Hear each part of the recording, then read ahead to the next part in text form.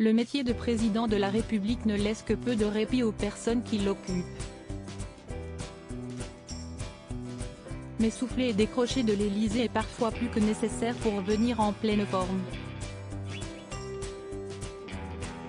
Au cœur des critiques autour de la réforme des retraites pour laquelle il a été quelque peu bousculé par les visiteurs et les agriculteurs au Salon de l'Agriculture à Paris, Emmanuel Macron a pris un peu de temps pour lui a rejoint la première dame Brigitte et les enfants, dont Laurence Auzière, pour une journée au grand air. Siesti à la Mongie, station de ski pyrénéenne très appréciée du couple présidentiel, qu'Emmanuel Macron a retrouvé les siens le dimanche 26 février.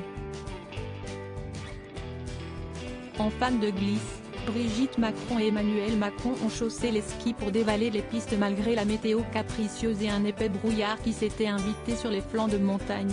L'occasion de profiter des pentes du Grand Tourmalet à la faveur des toutes récentes chutes de neige et de regoûter aux produits du terroir mais aussi de retrouver, au lendemain de l'ouverture du Salon de l'Agriculture de Paris, l'un des éleveurs les plus emblématiques de la Bigorre, Eric Abadie, dans son restaurant d'altitude près du col du Tourmalet, a indiqué la Nouvelle République des Pyrénées dans son édition du 27 février dernier.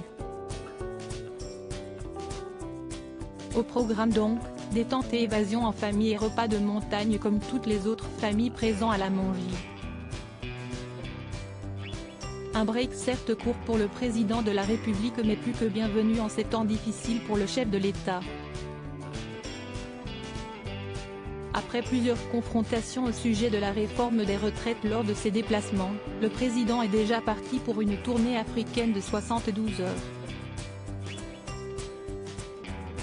Brigitte Macron aspire à une vie plus simple. Ce rythme effréné, Emmanuel Macron devra encore le tenir quelques années. Réélu en 2022 pour un second mandat, le président a donc signé pour 5 années supplémentaires au palais de l'Élysée.